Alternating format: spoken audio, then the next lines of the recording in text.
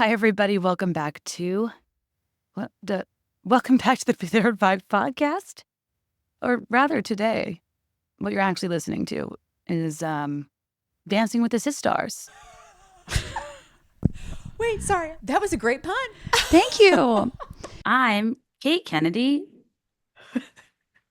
And I'm Kelly Kennedy. You know, Kel, my strength is words, not physical movement. Well, neither is mine. So I'm glad that at least you have the words going for you. I think the hardest part, Kelly, is we went into this with a lot of confidence. Way too much confidence. I have watched these regular people do this for 2 straight days.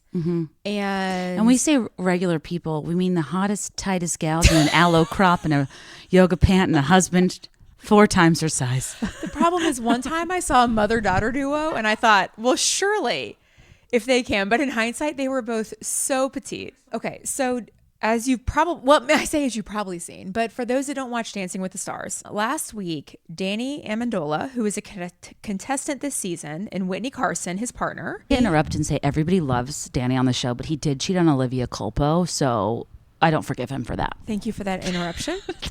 I don't see the relevance to this dance move. Sorry. But sure. So they do this, what do they call it? Operation Archer. And we're the prey. And we're definitely. Oh my God. We're so the prey. So they do this flawless, gorgeous execution of this move where Whitney is lying on the floor and he grabs her by the lower leg, the ankle area, and just so discreetly pulls her up. And her arms don't touch the floor. She's pulled up with her arms up, and nothing. She does not bear her weight down anywhere. Yeah, it's as if she's floating. And had I just seen them do it, I would have thought, "Wow, that's beautiful." Yeah, and let it go. Right. Unfortunately, all week long, everybody's been trying to do this, and I've really honed in the last couple days. And at dinner, we were like, "Oh yeah, well, Kelly, you're such a Meg Scallon. I'm such a Zach. Surely we can make this happen. Surely we can do this." And yeah, we just spent a good tight 90. It wasn't really even for the content. Kelly has been weightlifting a lot, and I think is having a really tough time. I feel like I've been doing all the wrong things, and I need to completely change my workout because I am appalled at the fact that we couldn't get this. I do not understand what we're doing wrong. Whereas I'm in a tortured poets department, oversized sweatshirt, and I've not done an ounce of weight training, and I think it turned out pretty much how I thought it would. So we're at odds. Well, tomorrow, Nora McInerney's coming over. Exactly. We're going to take a break tonight. Tomorrow morning, maybe we'll have some espresso strength. Nora will be here. So the 3 of us, maybe between the 3 of us, we can get this figured out. We're kind of like very even cell phone bars, like shortest to tallest. Like we have a similar amount of distance between our heights. You're right. You and me, and then me and Nora. Yeah. So we'll have to try some different combinations. Have I asked Nora if she's coming over to record. I don't know if she wants to do some light acrobatics. Have you let her know? I just asked her what kind of lunch she likes, and she said sandwiches like Jersey Michaels. I don't know if it was voice to text or if she's making a weird joke. Wait, I love a Jersey Mike sandwich, and now I'm excited. I do too. Can you ask her to come a little early? Because it's going to take some time, I think, to get this right. Well, we both have to work tomorrow too. Yeah, but I'm on Pacific time, so I have the morning to focus on this. I mean, I did stay an extra day for Teddy. True. But I now have a new mission in life, and that is to get this right. You know what's funny is we've never really tried a TikTok trend, which is kind of shocking. I want nothing to do. Correct. Well, you did see me inside of a Nashville Airbnb trying to learn the Renegade. Oh, God. Do you remember that for my first Nashville show?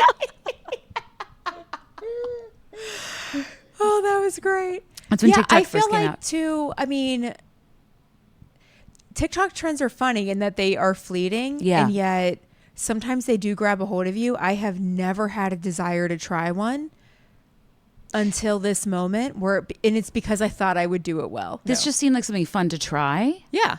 And it was, honestly, I mean, we laughed the whole time. Until you grunted. You, Maria Sharapova, trying to touch me. Listen, I am 41. All right. These muscles don't bend like they used to. No, and I've got a rotator cuff issue. We're You falling actually apart. do. So I feel like we have to give it a break. Yeah. And if you're thinking, why doesn't Greg help? He's in bed like a normal person on a school night. Yeah. Well, we're glad you're here, Kel. It's always nice to see an old friend. Hello, new friend. Hello, new friend. Where are you? You know that song? I don't. It hasn't come across my feed recently. It's from Miss Rachel, who I asked Miss Rachel if she'd come on my podcast. She saw the message, didn't respond. I'm not mad. Just disappointed. Well, it's like, yeah. She told me to put it in. And I put it in her inbox. The number of times that I sing that song, even when I'm not here in Chicago visiting I know, your real right? son. I made a collage for you. The face swap. Oh, God. I did a quick search for your face in my iPhone, and this is what came up. That's tough stuff. But I thought it was funny because, okay, one, we don't talk enough about how when we face swapped, you have Kelly Clarkson's face. Wait, that is kind of weird. Wait, but then I'm trying to place your face. It's just a couple of sisters swapping faces. Yeah, I found some different photos on my computer that I think really nicely represent our relationship. The first is, okay, Kelly, I don't ever remember you wearing cable knits. That was college. That's my sweater. It's I can tell because in college, I thought it was a cool look to do a high pony with curls. Oh, Kel. I don't remember that face. And I have no memory. I didn't So it's brush a it high out. straight It was back pony. Spiral curls. I have a question though. I thought you didn't use a curling iron until we started wanding. We're using sponge rollers? No, I wasn't using sponge thank rollers, God. but you're right. I think I must have taken a break for a while, but I did curl only in a high pony in college. Was Which that again, your going is so- out look? Yes. Wait, you know what I would do too? I would put it up in the pony, Mm-hmm. get it wet, and then Mhm. put gel in Put it up in the pony, get it wet, put gel in, and scrunch. and scrunch the Oh, pony. curl. Oh. And I will say, I am struggling with how your hair would scrunch in a ponytail because it's so thick. So it must have just been like a real Puff. It just was a Yeah. big frizz, but it's because my hair is naturally wavy. right. So then I mean, that's what I would use a diffuser on Just the just the pony. pony. It's so sad. Oh, that's amazing. I'm glad So to see you're there's wearing that your photo. class ring. Tell the people when you stopped wearing your class ring. I stopped it sometime in college. You did? Yeah, Okay. I don't think I wore it post college. Um, And the joke was I hated high school. So why did I always wear that I ring? know. Why'd you make it rain at how long- Johnson's? Well, it was a sapphire in the middle because you love blue. Yeah, I just love blue. On one side was their color guard flags, and on Oh, the other man. football. I don't think I would have done color guard flag. No, I was trying to forget color guard. Maybe it was yearbook. Oh, you got cut. And then I got put back in. I'm trying to remember how. Was it mom? But why did you get cut? Christy and I, the other freshmen on yearbook staff, they let us both go. Like the only two freshmen on yearbook staff. Kelly and Beth, you'll have to tell me out there. I have never in my life heard of people getting cut from your books. They usually just put you on like caption editing. You know, you just don't have an editor spot. But at the time, the teacher was not great. She was wild. I remember mom, because I was on yearbook staff because we're 4 years apart. Oh no, I got your yearbook teacher for English, and you guys kind of like didn't get along or something. Yeah. But like you didn't get along with her. She just didn't like favor you for some reason. No. Well, and after, I don't exactly know how I got back on. Christy and I both did. And then we both became editors senior year. I think they maybe didn't give you a valid reason. It was like wrongful termination or something. For freshman year Yeah. yearbook stuff. I do remember writing a very heartfelt note. I typed it up at home and I printed it out. Mhm. And I remember talking about the disappointment I would feel walking past that room every day. Anyways, we can move on. It's like Michael Jordan got cut from his freshman year basketball team. The Godwin High editor 01 got cut from her freshman yearbook staff. I know. It's a story of inspiration. Every day I Microsoft walk DOS note. It really like crushed your spirit, didn't it? Oh yeah, because I'm not athletic. Yeah. Like I didn't have anything else. Again, if anyone else can relate. There's nothing Beths have more than yearbook staff energy. And I know people understand. Oh yeah. But I also love that you were like, without these layouts and captions, who am I? Kelly, the last time you were on the show, it was the LA Psychic. Yes. Are you doing better? As important as she was in my life. That psychic? Yes, because she gave me such sage advice. I do feel like I am better off today than I was in June, which is shocking. I think I should now overlay a few sound bites just to remind the people. For sure. Where you currently are in your life, you were supposed to be 3.5 years ago. Unfortunately, that's what I'm seeing for you. Now, what it's showing me here that you're meant to be married one time and one time only in your life. Okay. Have you been feeling any pain, perhaps in your legs, stomach, or vagina? Like sometimes my knee hurts when I work out, but for the most part, that's it. There could be something hereditary curse that was brought onto you, or maybe it was passed on to your sister. I'm not exactly sure. You like to do a lot of things. What exactly is it that you're doing right now? My background's more in like HR, learning and development. Amazing. I say that is not the right thing for you to do. Something that you want. So, not throwing Kelly under the bus. She said I'm the one that the curse was passed on to.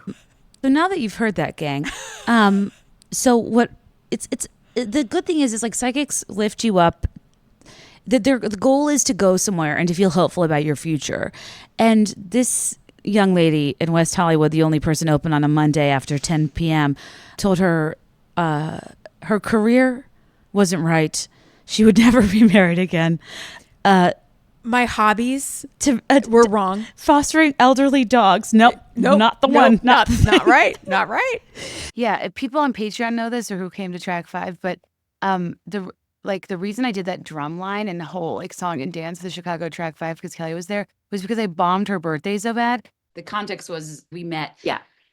For her birthday at the Beverly Hills Hotel. We were like having a great time, whatever. And like, I told this story kind of at my live show, but like high level, she went down to the pool and we're recording a very important episode. And I, at this time, was kind of having a bit of an existential crisis with like, I don't know. I was just struggling a bit with the podcast earlier this year and I didn't have anything to talk about.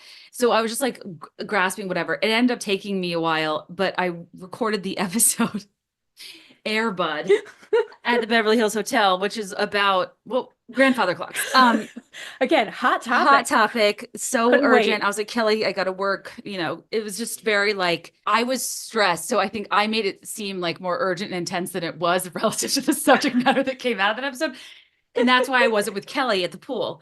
Meanwhile, Kelly's at the pool going through like getting messages. Having a mental breakdown. And I had no idea because I wasn't looking at my phone. If this contextualizes you guys why I did the drum line, I hope it makes sense because Kelly really at this time needed to heal through song.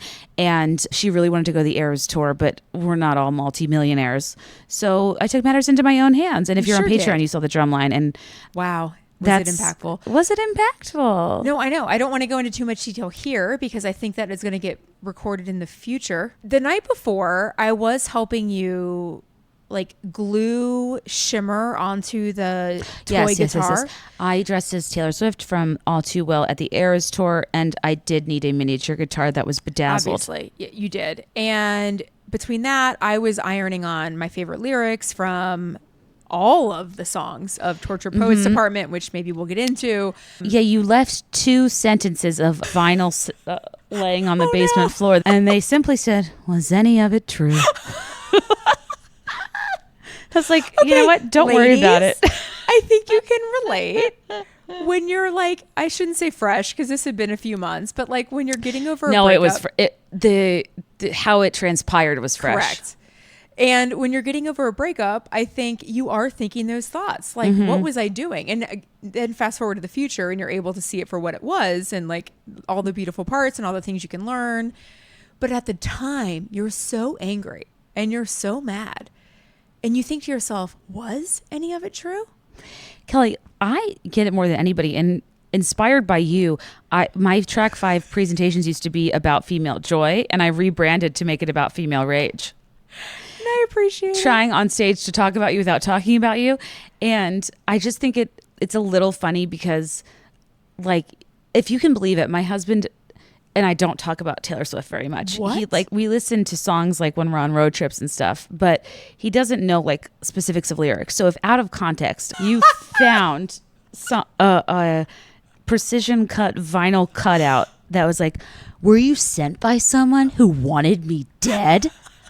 Did you sleep with a gun underneath our bed?"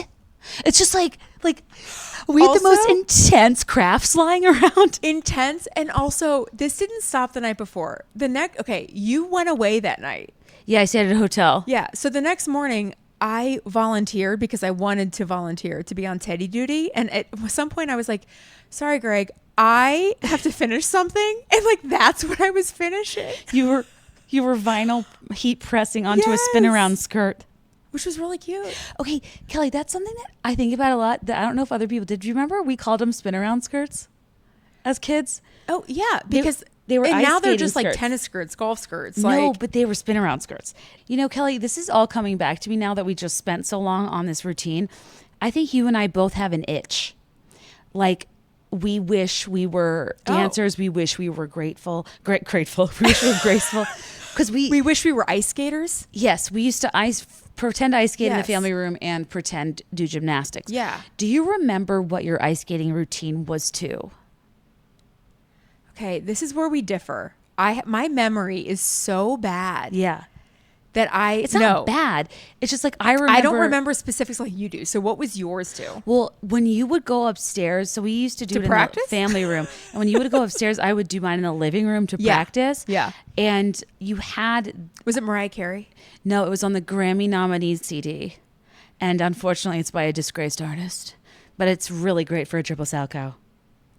Wait, disgraced artist from the what CD? If I can see it... then I can do it. If I just believe it, there's nothing to it.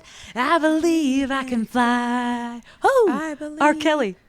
Yeah, but I'm okay. What was that from? Wasn't it from Space Jam or something? Was it Space Jam? It was from a movie at the time, and that Kelly, that was that and Mariah Carey's "Heroes" maybe my first experiences So that's with what just prison. popped in my head was Hero, and that's what I'm having trouble getting over. Is I'm like, is that it? Mariah Carey "Hero" was like a big prison song for us both, but we had R. Kelly on CD, and I remember thinking, why are these clowns not sound cowing to R. Kelly's "I Believe I Can Fly"? Oh, thank goodness. Can you imagine striking your skate right at "I Believe" and then you fly? And then you fly. Oh wow! And then you touch the sky. Wow. You really had an idea out there. No, like I've always had this vision for choreography. But If tonight proves anything, None of it's definitely that the visions work. all of the dreams, none of the know-how. We tried. We failed. We tried again. We failed again. Yeah. And you know what? We kept getting back up. We did keep getting back up. Because of injuries, we're pausing for the night, but we're going to try again tomorrow. And Kelly, because I think that what the people want to know is we recorded the Tortured Poets review. Kelly was going to come for 2 songs. She was going through a breakup, and I was trying to be sensitive, but I didn't know the contents of the music. Well, And that's what was tough, right? Yeah. Because it was just getting released. So it's a real crapshoot of like what's about to happen. I will treasure those videos forever. I am in like work mode on those nights. Like, Yeah. And then you decided to stay, but I was like worried about you. But then what happened is there was like weird comedic moments that we weren't expecting. So Right. it's like we were feeling down with So Long London, but then it was like, but Daddy, I love him, sanctimoniously performing soliloquies you'll never see. We're just like, what's happening? We ended up becoming so slap happy. Yeah, That for I don't sure. think anything made sense, but it No. was so much fun. We had the best time. Recording in your 1970s purple lush porn star bed. Okay, Kelly. Okay. You know what? I did put that quilt away after that event. Thank you very much. I have a question. Yes, So at girl. the time, we kind of tapered off when the anthology came on. It was like 2 a.m. Of course. No, It was very I was late. tired too. But can you tell the class what is your Tortured Poets playlist now that you regularly listen to? And I'll tell you mine too. Okay, the whole thing. Really? No. Tip to so I'm tail? asking you, like, are you asking for all? How many was Okay, it? Like 30 some songs. Okay, first half, what do you listen to regularly? Okay. Ending with Clara Bow. Okay, I don't listen to Clara Bow. I don't either. A lot of people like it, but I don't know if I'm deep enough. I don't think I am either. Is that a problem? No, I just don't think we can relate. Like, you look like Kelly K in this life. Okay, I feel like because, as I'll talk about in a future episode, I'm having a Post Malone moment that I still do listen because I do love how they sound together. Oh, Fortnight. Yeah. Yes. Oh, yeah. sorry. Yes, Fortnite. I think then I also still, I related then, and I still enjoy Down Bad. Oh, yeah. I bought a $75 sweatshirt with a UFO on it, Kel. It says, "Did you really beam me up?" That's all it says. Girl, I'm surprised it hasn't been a single, though. I don't know. I think maybe it was just one of those songs that she probably put on there. Like maybe she wrote it really fast. 'Cause Yeah. It is very much this is relatable. It's so funny. It's so funny. Like, I think she was kind of slap happy making Tortured Poets. Like, I Yeah. think she was like going through it so hard. She was like, I don't care. Let's No, just. you've got to have fun with it. Yeah. Like, and so I applaud her for that. I still think it's a good song. It's funny. I do not listen to So Long London anymore. It's stunning. It's some of her best work. It is layered, but it's not for every day.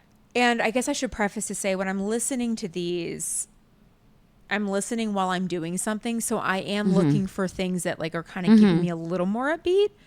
So I think that's a change. I think it's hard to just skate over. I'm pissed off that you gave me all of that youth for free. Oh like my it's gosh, nothing. It is such It cuts. such a perfect line. It's perfect. So actually, should It's we be almost as analyzing this perfect. song by song to see what you have, or do you want me to go first? No, I'm just and you go? commenting on yours. Okay. It's almost as perfect as Bree saying, "You don't get to talk to me like a child, but F me like an adult." I cannot express to you That was powerful. how insane That episode. that episode was. Yeah. Tell me lies. I am not going to get over this season finale. Kelly's not allowed in some of the contiguous United States because she watched it on an airplane. I There's so many felt sex dirty. scenes. I felt dirty. I'm like, I'm hiding it, but then it's like, I'm hiding it to the person behind me. I don't know. It's just, And then Kelly gets here and she had like, a half hour left. And she's like, hasn't seen Teddy in a while. We drop everything and put it on the TV. And we're like, Teddy, this is a man getting mauled in the face. Gleefully. oh my gosh. Yeah, I agree. The thing with So Long London, the lyrics are perfection. I think it is, though, such a sad You have to be in the mood. song that you have to be in the mood. And sometimes I am in the mood to order sushi and be in my feelings and enjoy that, not just for like one relationship, but just in general. Like, just really enjoy what that's about. But most of the time, I'm, pretty upbeat, happy, go lucky. Like, let's just keep things moving. And so I am trying to stay more positive. So Long London is a song I'd listen to like on a train or a bus commuting home or something. Yeah. It's like kind of going to it's work, but coming wind home. down. Yes, it's wind down, not wind up. Yeah. For sure. I think, but Daddy, I Love Him is still funny. I listen to it all the time. Do you? Because it reminds me of 90s country. Interesting. It's so Katie and Tommy, the drive-in movie. It's like No, you're right. It is. Yeah. Yeah. And when we first heard it, we both thought it was very She's in Love with the Boy. And I still feel as though it is so unserious Yeah. that I get a kick out of it. But I do have anxiety during that song to me. Like, I think we really underestimate that Taylor Swift hates a lot of her fans. Like, that Yeah. song is full of contempt, Oh my which is not gosh. something she's expressed before toward her fandom. And like, say they want what's best for you listen to it and I'm just like, oh my God, she's so mad. And she should be mad because we don't know her and we're annoying. But I think that like it's a funny song to me because it's so unserious, but it was designed so she could say those like 5 cutting bars to the fandom to be like, shut the fuck up. Like, I'd rather burn my whole life down. Like, Yes. no, what is it? Something about, what's the good name? If you cut it out all. I don't cater to all these vipers dressed in empath's Empire's clothing. clothing. You said Empire's clothing. Sorry. That's the Emperor's New Groove. So much rosé. But like, it's just, there are times I'll podcast when I'll pontificate about something, but it's directed to someone. And it's just like, she's pontificating directed to a subset of people that I'm probably a part of. And she had to get it off her chest, get it off her desk. And I think that I feel equal parts amused and abused by that song. Can I also just tell you that I just tried to blame that on the rosé, but in all actuality, I thought the line was dressed in vampire's clothing. It is. What did I say? Empaths. Oh, yeah. Vipers dressed in empath's clothing. You thought it was vipers dressed in vampires' clothing? Yeah. But why did the vipers dress like vampires? I don't know. See, Kel, if they had to be at a costume party or they wanted to stay up at night, Everything always comes back to I Love think is the Blind. point is it's like sheep in wolf's clothing. It's like No, of course. vipers and Yeah. empath's clothing. Yeah. But I would have loved to hear you karaoke that. So embarrassing. Vampires' clothing. What's that karaoke place in town that we went before I moved? Shoes in Lakeview? Pub. Oh, no. Oh, Trader yeah. Todd's. Oh, yeah, Trader Todd's. Okay. I would say, as crazy as this sounds, when I first heard Guilty as Sin, I wasn't, I guess, paying close attention to the lyrics, and I just didn't know what the song was about or whatever. It's a very well-written song, and I actually quite enjoy it now. Well, it's the I don't want anyone else when I think about you I touch myself Yeah. of the Taylor Swift canon. It's just, there's something about it that's very sensual, but also upbeat. Agree. I agree. It's like edging. You know what I mean? Like you feel good and it never stops. And It doesn't stop. And it just like builds at the end. And when it builds to the crescendo of what if he's written my it's so good. And I But it listen to took that me song all the time. multiple listens to get it. Yeah, I actually think Guilty as Sin is maybe one of her best in recent years. Yeah. It's It's so well lyrically written. So, yeah. Can you imagine making work so good that it needs to marinate? Like, you know what I mean? Never. Because it's so, Everyone, look at these PowerPoint slides. yeah, right. Take a few nights. Really, really Let it enjoy sink in. Let it sink in. That's the best deck I've ever seen Kelly make. Shoot me that deck. Shoot me that deck. Let me see that spreadsheet. Big deck energy. What's next? Big deck energy. Okay. I also think, I know you are a huge fan of Who's Afraid of Little Old Me. Yeah. I am a little surprised. I know that you have gone well above and beyond when it comes to your porch decorations for Halloween. I am a little surprised that you did not do a display that has Who's Afraid of Little Old Me playing as the song as people walk by. It seems very I hate to assign a song of hers to a season. It feels very Halloweenish. Yeah. I mean, I leap from the gallows. I levitate down Your street. So I'm picturing you having like this full display of like people leaping from your neighbors go all out for Halloween. All out. There are so many skeletons buried that pop up and talk to you when you There walk are down the children street. in cages. Like it's a lot. It's a lot. And I think that you could get in on this by just simply having All of my Taylor Swift track 5 outfits floating. Yes. Oh my gosh. How amazing would that be? It would be amazing, but people would think I wanted her dead. But she already is dead. She can't come to the phone right now. Man. I part of me wanted to wear one of my like really strong Taylor Swift outfits for Halloween, but I like whenever I do a pop culture costume, no one gets it. And last year when I was handing out candy, I was dressed as Jenna Lyons from Housewives, and everyone thought I was Dwight Schrute. except for one girl came to the door and said, Jenna Lyons. And then she goes, I'm a Beth. So like she understood. Yeah. She didn't That's come funny. here because she knew where I lived. Yeah. She was, I No, think, that was just surprised to funny see though. me answer the door. I would be too, and I'm your sister, and I know exactly where you live. That's funny. There was someone this weekend at the neighborhood fall festival that had a Taylor Swift rep. Costume. Single leg, single like arm. custom. I almost went up to her to ask about it, but she was with young children. She looked busy. I was Kelly, trying to manage Teddy's needs. I just want to say to you, to everybody, I think the thing with Taylor Swift fans is like, it's nice to have a friend. And I know, which is why I wanted to say something, because I was a tad overdressed in my fall best. Yeah. And everyone else was in utter costumes. Yeah. You were in sorority pin attire. You were snappy casual. Yeah, it was tough. It was tough. I actually ended up walking the neighborhood and not staying at the venue. But you know until that you poor showed girl, up. a million like dudes, older dudes walked by and were like, you forgot one of your pant legs. You know, she probably needed No. your support. I'm sure. And now I'm upset that I didn't give it. But at the time I was just like, you know. Shout out to the rep girly. Okay, what's next? Obviously, I Can Fix Him is a funny song. I don't like it. No, I'm saying it's a funny song. Yeah. I think that was one of her kitschy moves. Yeah. That she just was sort of like, Yeah. oh yeah, this is funny, I'll put it on there. But I doubt she takes it very seriously. I don't think we'll ever hear that song live. No, I don't think so either. And the problem is it then gets you to one of the greatest songs ever written. And make yourself at home, Tug.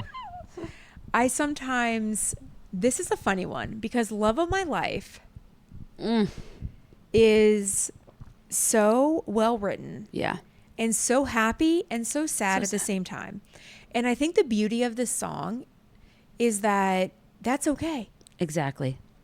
As we've talked about many, many times before on the Be There in 5 podcast, you will have love in your life and you will have loss in your life. And that is life. Like you can't get around it. Yeah. So you have to just embrace it for what it is. And I think it's just such a beautiful song that sometimes I'm happy listening to it and sometimes I'm sad listening to it. And that's okay. Kelly, I could cry hearing you describe Loml. That really is so true. And it's almost like a great example of why there's nothing wrong with giving 110% to every single relationship you're in, because at that moment in your life, they are the love of your life at that moment in your life. Yes. And if you don't feel hyperbolically obsessed with, in love with, and into someone, what are you doing with your life? What are you doing? What? And that's not a reason Exactly. to regret it. That's a reason to be like, at least Appreciate it. And it doesn't mean that it always ends well. It doesn't mean that Yeah. it was always positive, but Yeah. it means that it was a point in time in your life. As Hoda says, Queen Hoda, people come into your life for 3 reasons. Or Should we say it together? yes. A reason, a season. and like for life. Wait, I thought, a reason, a season. I feel like it rhymes. No. It's a reason, a season, and for life. Oh, okay. Yeah, you're right. But reason and season do. And you don't always know when You don't always know when you're in it. your Loml is your Lommer or your Lamas. Yeah. And honestly, some people can be both reason and season. Yeah. Some people, like, you know, it just, you're not always going to have people that are in your life forever. It's just not realistic. And what's so cool about life, even if in the context of being like a single gal, in the context of being a person in a relationship for a long time, it's like your Lomls keep building. Like first I had Greg, and then I had Tugboat, and I was like, I would never love anything as much as Tugboat. And then I had Obviously. Teddy, and I'm just like, Yeah. Loml. It's just, it's kind of like a beautiful thing that like you always think you've met or exceeded your capacity Yeah. for how much you can love somebody. But then like people, children, pets, anything, like look at you and Champagne Poppy. Poppy Prosecco. Oh, sorry, Poppy Prosecco, Kelly's foster dog. I think it's a beautiful thing that like you know how the girls on The Bachelor say, I have so much love to give. Oh, yes. I've never really felt that or said that, but like you really always have more. And you Yeah. should treat everything in isolation for what it is and enjoy the crap out of it while it lasts and not regret it. No, I agree. And it's like, as we've talked about before, I don't know the love of loving your own kids, but I know the love of loving someone. You do, yeah. I know the love of loving nieces and nephews. And it is interesting where this obviously is talking about a relationship, but I think there's so many layers to this that people can relate to that it doesn't have to be about a relationship. It can also be about like a friendship that was really solid for a while and then all of a sudden is no longer there. And it's like, what do you do? So I appreciate the song for the fact that, yes, it's meant something to me from a previous relationship at the time, but that it also represents the movement of people throughout reasons, seasons, and life. I love that. Thanks, girl. Can I make a small distinction that I don't like when people say, because I don't think it's real? No, that you said, I don't know, like the type of love for your own children. I really do think that like the strength and intensity of that love people can feel in a lot of different places, but parenting is underscored by perhaps a more substantial intensity of fear. And I think that's what maybe people don't always describe as like. No, that's interesting. I love like Greg and my parents and you and Tugboat and Teddy, like with a level of intensity, like I can't live without you. And I think a kid is the first time that in my heart of hearts, I have this sunken feeling of like, you're the first person to come in my life that if you're not okay, I'm not okay. If you're not here, I'm not here. Yeah. And it's more of like it's more of a vulnerable love than it is an all-consuming complete love no one else will understand. It's just like it's intense to think about. It's almost like rife with intrusive thoughts about like, this is so precious, but I'm so scared. Like I'm responsible. Yeah. You know what I mean? And yeah. So when people say they've never known love like this before, I don't think they mean no one else is capable of loving like this. I think what they mean is they've never felt this vulnerable before about something happening to this person. No, I appreciate that insight because I think there's something to that where like, this is so petty. I've talked about it a million times today. This morning, Teddy and I went for egg bites. And I was sitting there and his innocence utterly overcame me. It's overwhelming. So I actually better understood your podcast the other day or week. When I cried on Instagram. Oh, maybe it was Instagram. As one does. I can't even remember. I don't do that often, but I was like, I feel like it's important to say. But I understand because what was happening was me processing through the fact that he's not going to be like this forever, that kids are mean, and that he's going to have to grow up in a world to have to like navigate this. And while I don't know why I'm saying this as a part of the Tortured Poets Department review, Layers. It's definitely layers. But I just had that very strange, overwhelming feeling this morning of just like, I can't believe he has to go through everything that I went through. Yes, that's exactly it. And that's why whether you're an aunt, a mom, a sister, or whatever, like it's kind of just like really being present and sitting there in that sweetness. Yeah. As Taylor Swift says in Robin, so this is relevant to Tortured Poets. If you ever let yourself listen to Robin, No, I don't. It is excruciating, Kelly. That's why I don't. She talks about in sweetness, like, way to go, Tiger. It's just, I'm going to cry. No, I know.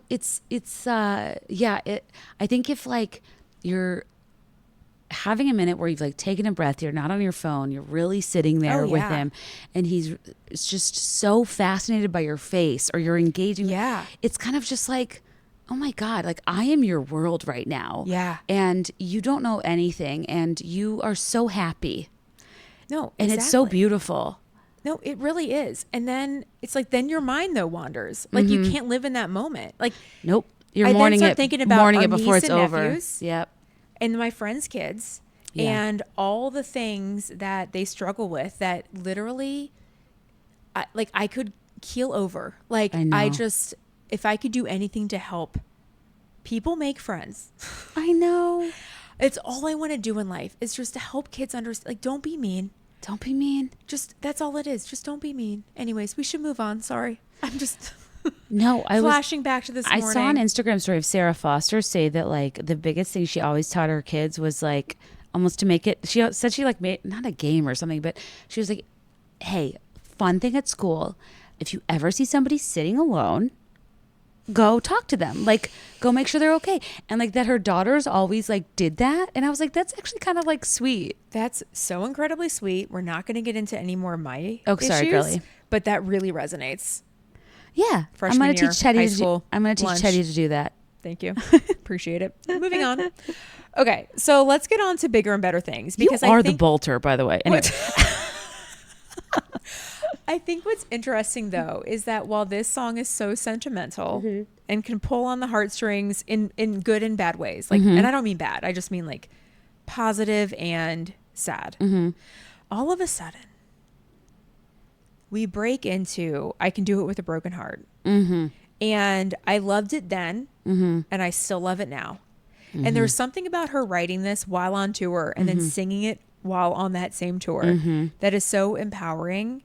And that has not left me at all, not one bit. And I love that Jason Kelsey says it's his favorite song. We love Jason. And also, I feel like we talked about this when we were at your birthday, our emotional sister trip, that there's something really, as silly as it sounds, when you are so amazed and mesmerized by somebody like Taylor Swift that you'll never know and you can't relate to her whatsoever. It's kind of like there's a weird comfort in like even you can't land the guy you want. Even you are doing the big.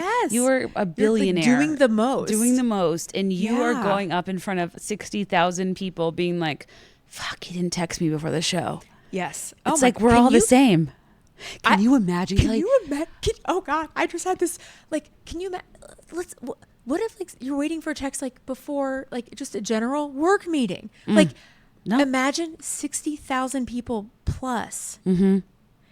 No, I can't. And so I think for her to write that, perform it. She submitted it for Grammys.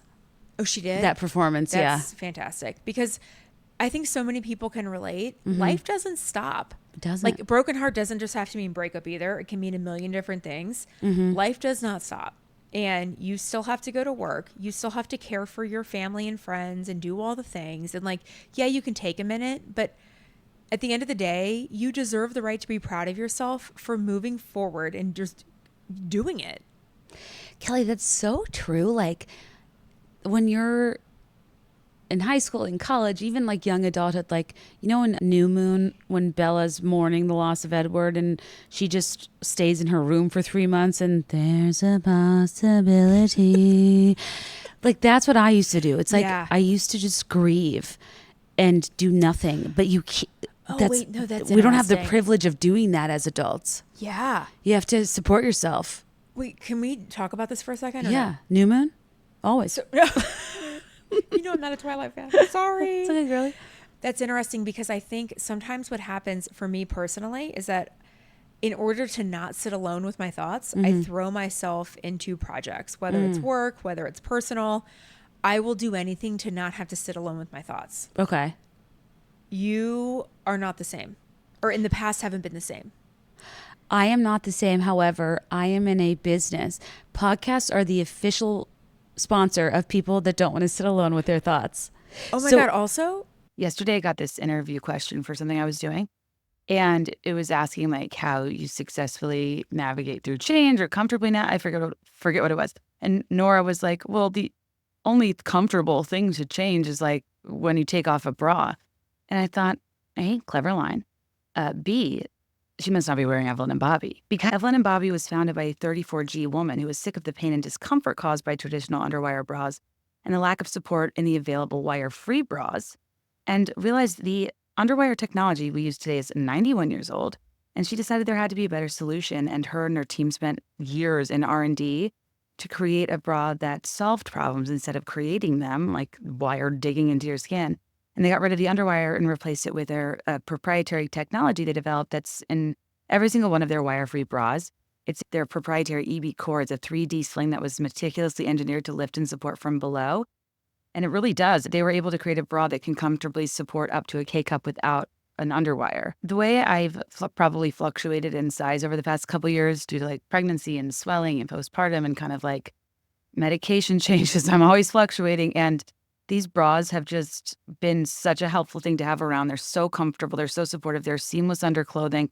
And no matter what size, I felt like, I don't know how to explain it, like secure, tucked in, but also like they're flattering and give you shape in ways that I find that wire-free bras often aren't able to, just because, gravity. I do think it's kind of interesting that like things being uncomfortable is accepted as the standard. And I think that this company has a really cool story. It's the first and only patented underwire replacement technology. And I feel like we've talked about before how like, in the 2000s, we had to modify our bodies to fit into clothes and not the other way around. And Evelyn and Bobby is on the right side of history doing it the other way around. Which is what if instead of trying to fit in a bra, they molded a bra to fit for you. And that's what happens with these. Using the heat of your body, the bra starts out a bit too tight, but then molds to your unique measurements over your first 3 weeks with their moldable fabric and technology. And it can also be hand stretched in areas where you need a little bit more flexibility. And they have easy 60-day returns, free shipping. But even if you need more confidence, you can read 19,000 5-star reviews or get in touch with their dedicated customer experience team to help you find the right size and style for your needs. And I have an exclusive discount for Be There in 5 listeners. Get an extra 25% off. That's 50% off all sale inventory.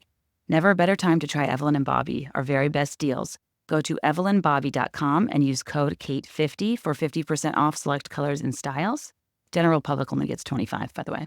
This code is good through the end of the year, but styles, colors, and sizes are going quick. Shop soon for the best selection at these discounted prices.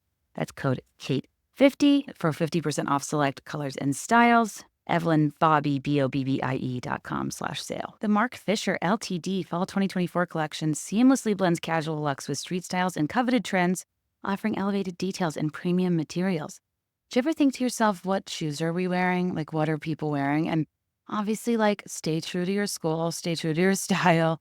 But sometimes I just want to feel cool. And I just went on Mark Fisher's website and I was like, Mark, you didn't tell me you got new stuff in. They just got in this boot called the Daria. It's like the perfect off-duty, chunky, tall boot that you can dress up or down. And I now have my sights set on that. I posted this past week about their classic booty called the Yanara. If you need like a classic low shaft, kind of block heel, pointy toe, clean looking booty, the Yanara is great. I have it in brown, but they have leopard if you want to go nuts. I hear we're doing leopard jeans now. I had no idea.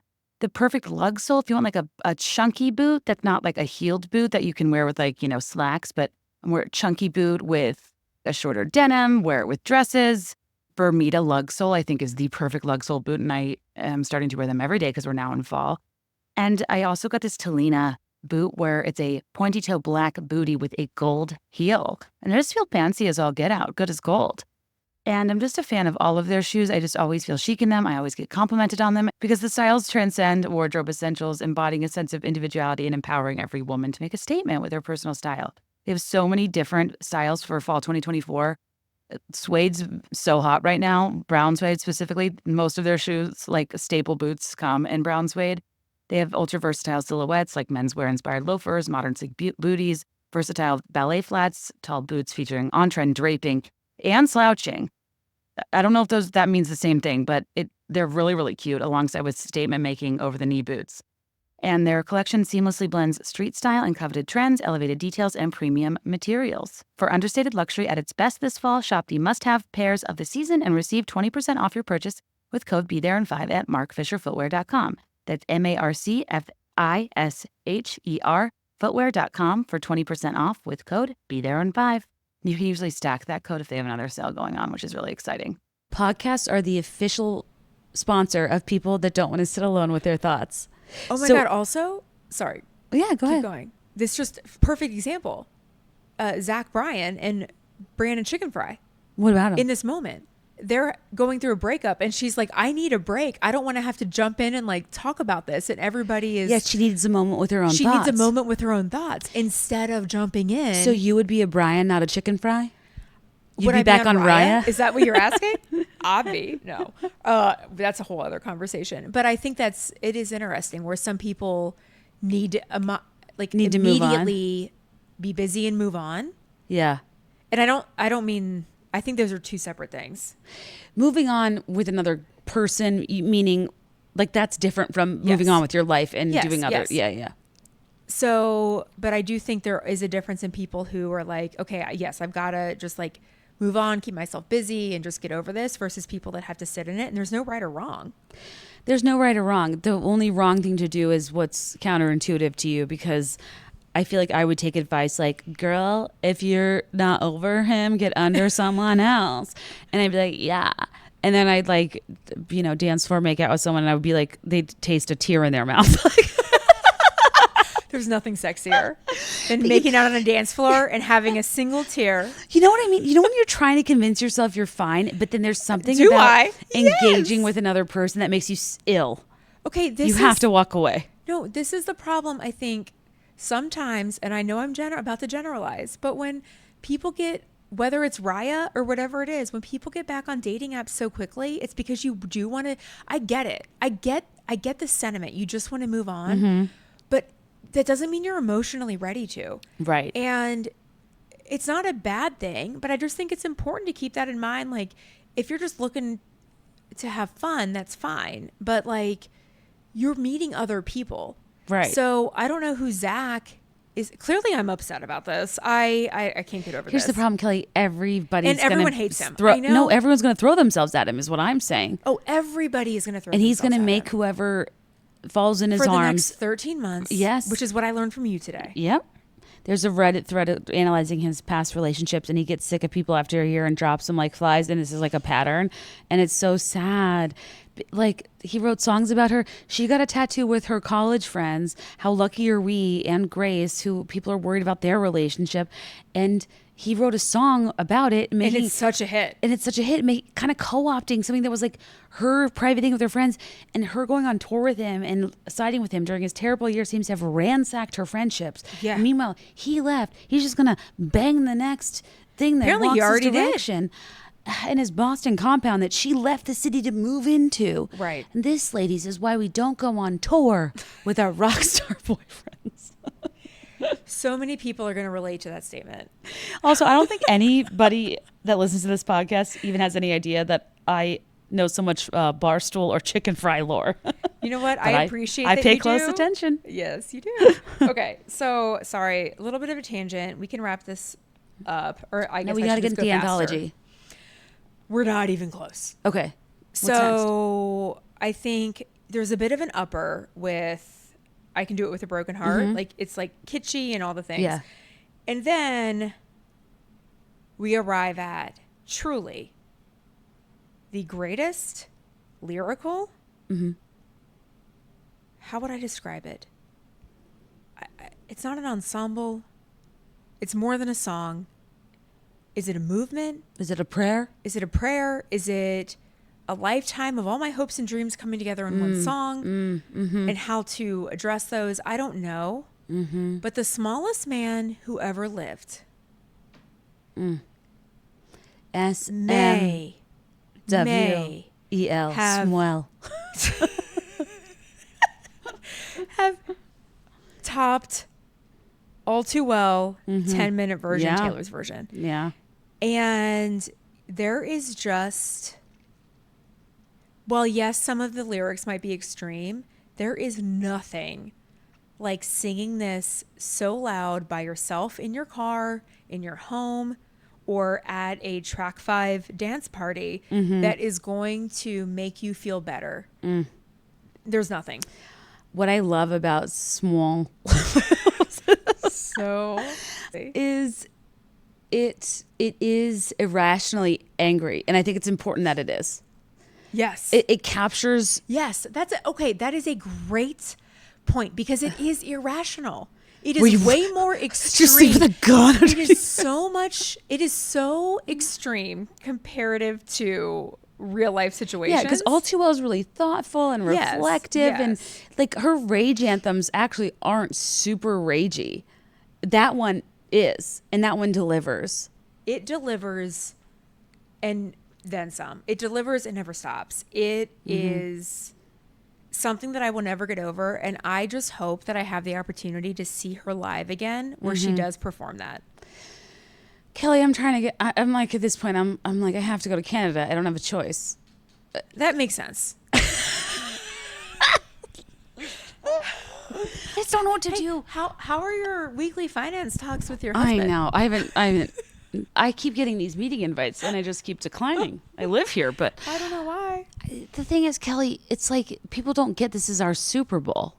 Well, It really is. The Super Bowl is also your Super Bowl, but Yeah, like but that's okay. this also is. Courtney and I have gotten to the point where we're sending each other screenshots where I could get a set of veneers and we're like, what a deal. We just have we've lost the plot. No, I know. But I really, Kelly, I think Smallest Man, like, I love it so much. And there's a video of the drum line and you and our cousin are in the background and you're like very earnestly like throwing your hands up like it's an altar call to you deserve prison, but you won't get time. Oh, yeah. And like, again, it's so extreme, but like the sentiment is so true and how you feel in the moment sometimes.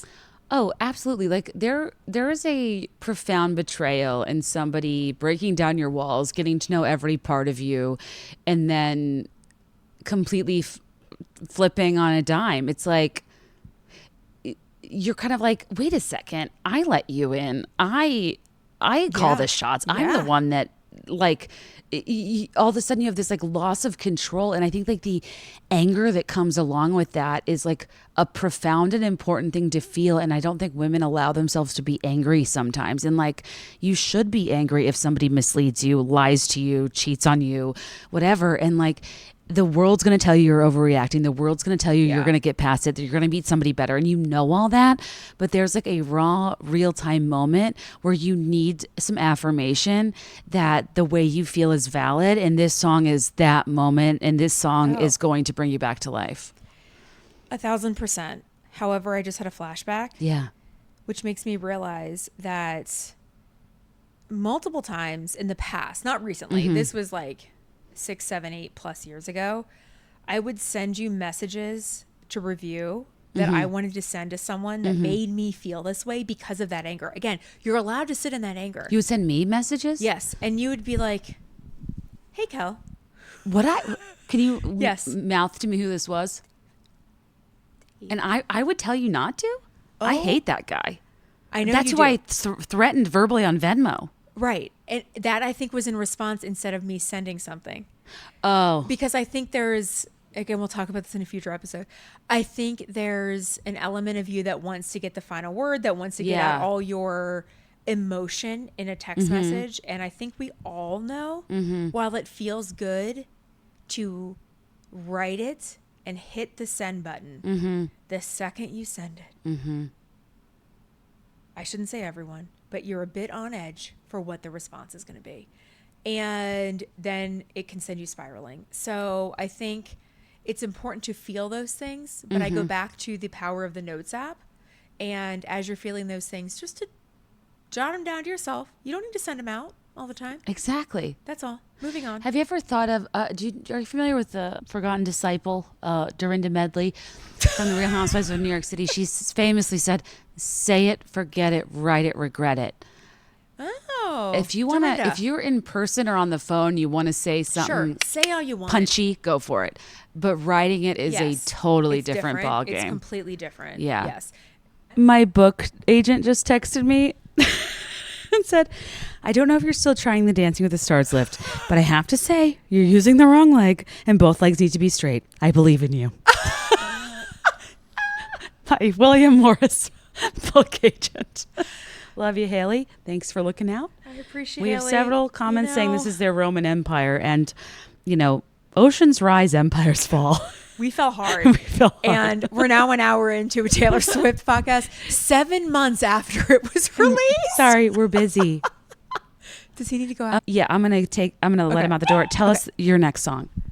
Okay. So I think I would say, again, I loved it then. And I loved it then because I loved the, I don't know, just the overall beat, I guess, or sound of it. But the Black Dog, especially when you start to really listen to the lyrics and you put yourself in that position, right? Like you have all these memories with someone and all of a sudden they have these memories with someone else. And you're like, there's no way they're having as much fun as you guys did. There's no way that, XYZ. I find this, even though it's not a quote funny song, I feel like this is a funny song that also really resonates just because, once again, everyone can feel that way, and it doesn't have to be overly dramatic, but it is accurate. At least I would say in my experience in the past, like that's an accurate statement. So there's something about the Black Dog that resonated with me then and does now. And I thought that tangent would be long enough for Kate to get back from letting Tugboat out, but she is still outside. So we will pause. For the longest time, I wanted LASIK, but then I started to get nervous, and apparently there's a documentary coming out about it. And I'm glad I never bit the bullet, never grew a pair, because I have plenty of glasses from Pair Eyewear, and I wouldn't have been able to use them anymore. And honestly, I don't even mind the nearsightedness because they're so cute. Whether you're getting ready or now deep in your new fall routine or starting to plan your perfect Halloween costume, Pair Eyewear offers infinite possibilities starting at just $60, including your prescription.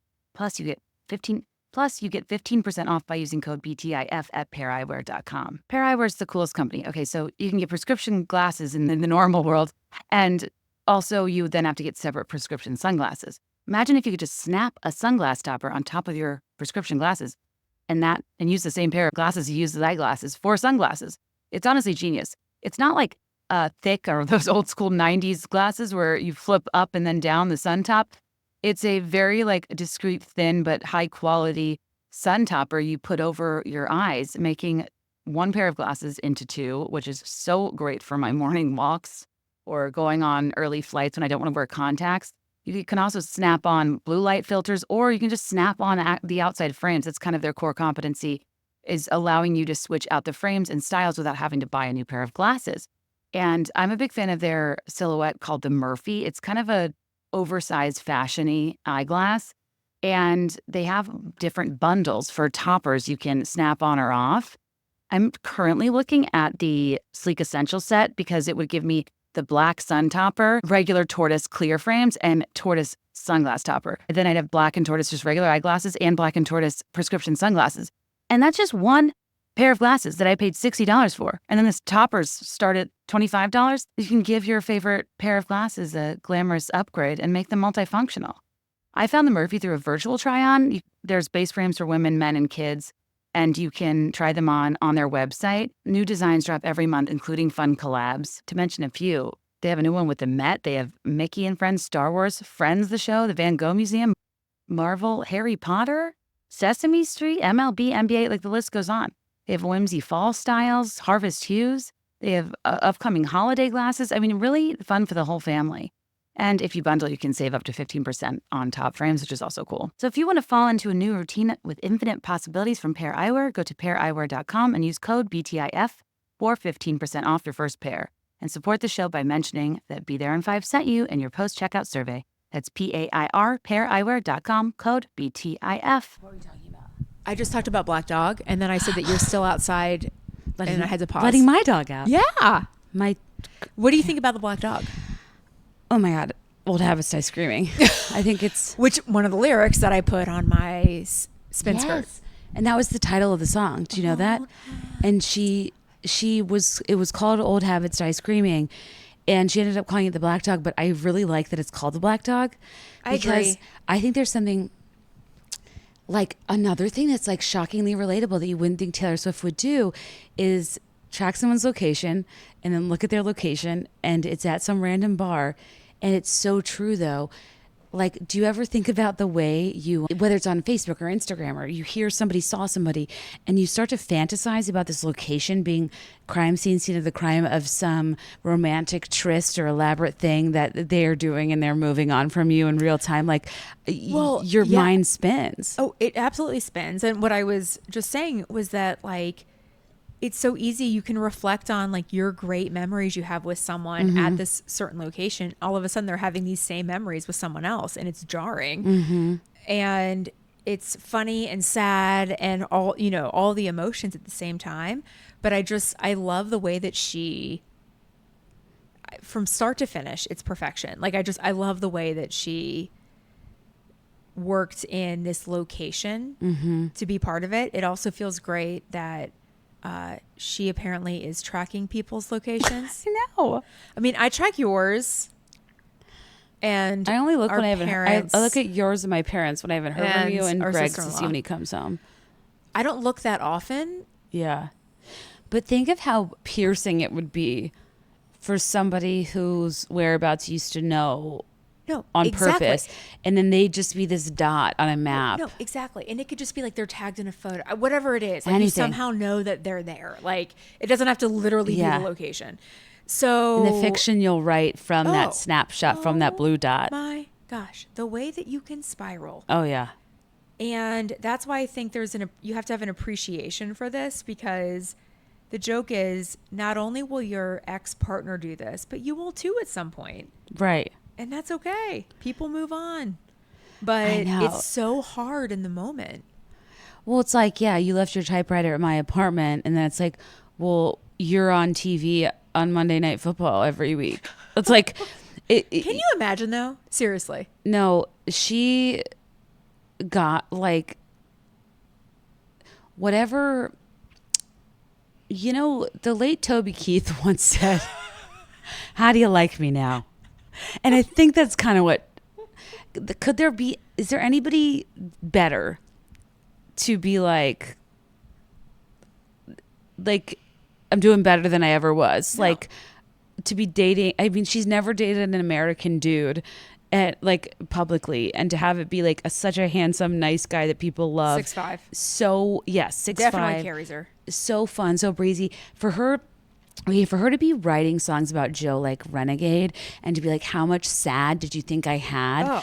She's been very clear that his mental health dragged her Yes, down. yes. And then in her, Which also is relatable. which is also very relatable. And then her speech was at the VMAs. She was like, thanks to my boyfriend Travis, everything he touches is fun and magic. Yeah. And I thought that was really sweet and special, because I think that some people align better with like more of a brooding, introspective type. But if you are that type, it does help to have relationships, seasons, reasons, or life of people that skate the surface a bit. And I do think, well, I'm dying to know when he talks about Ball and she talks about Aristotle.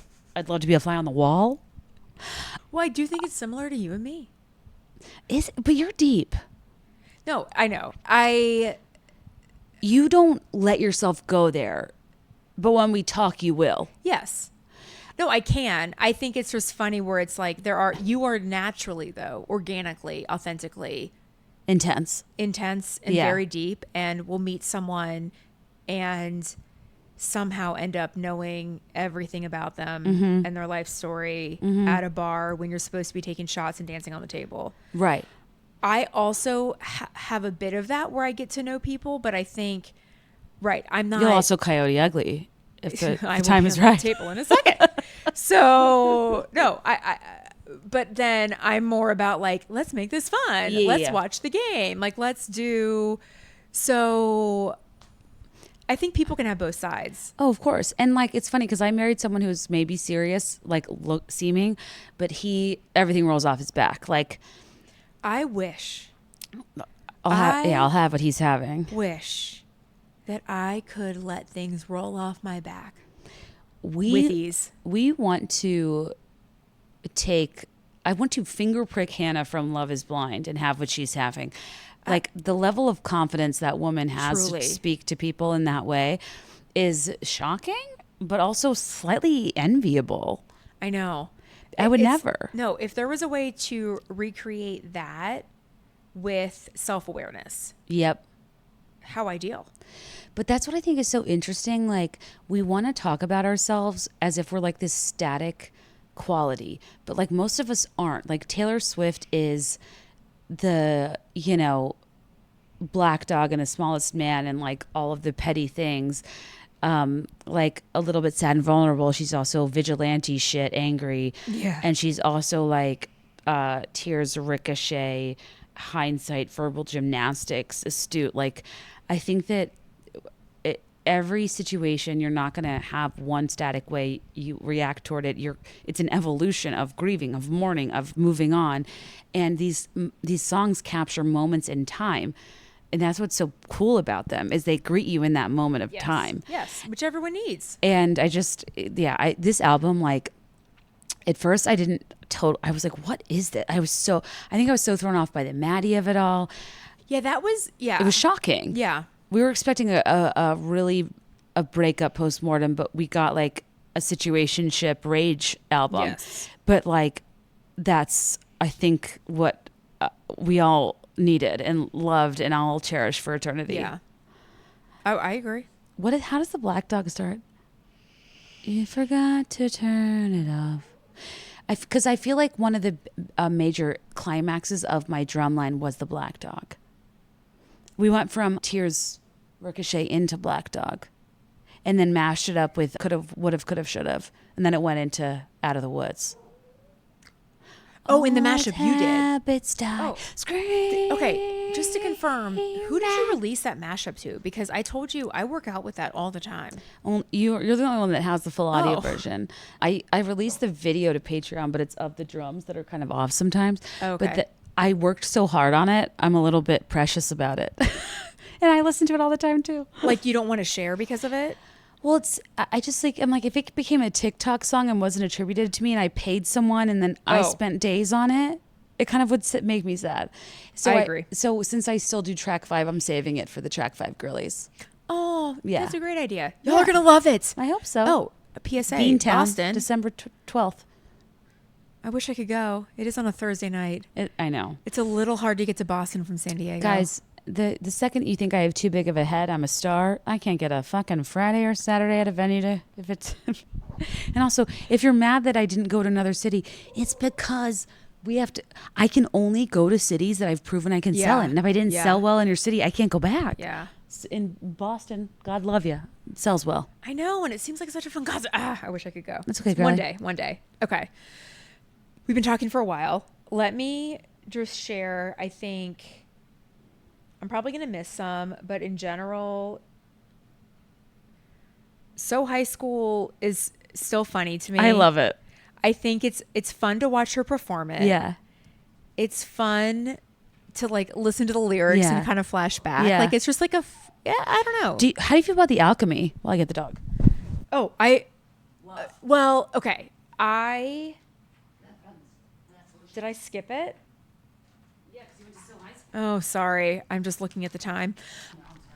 No. So I like the Alchemy.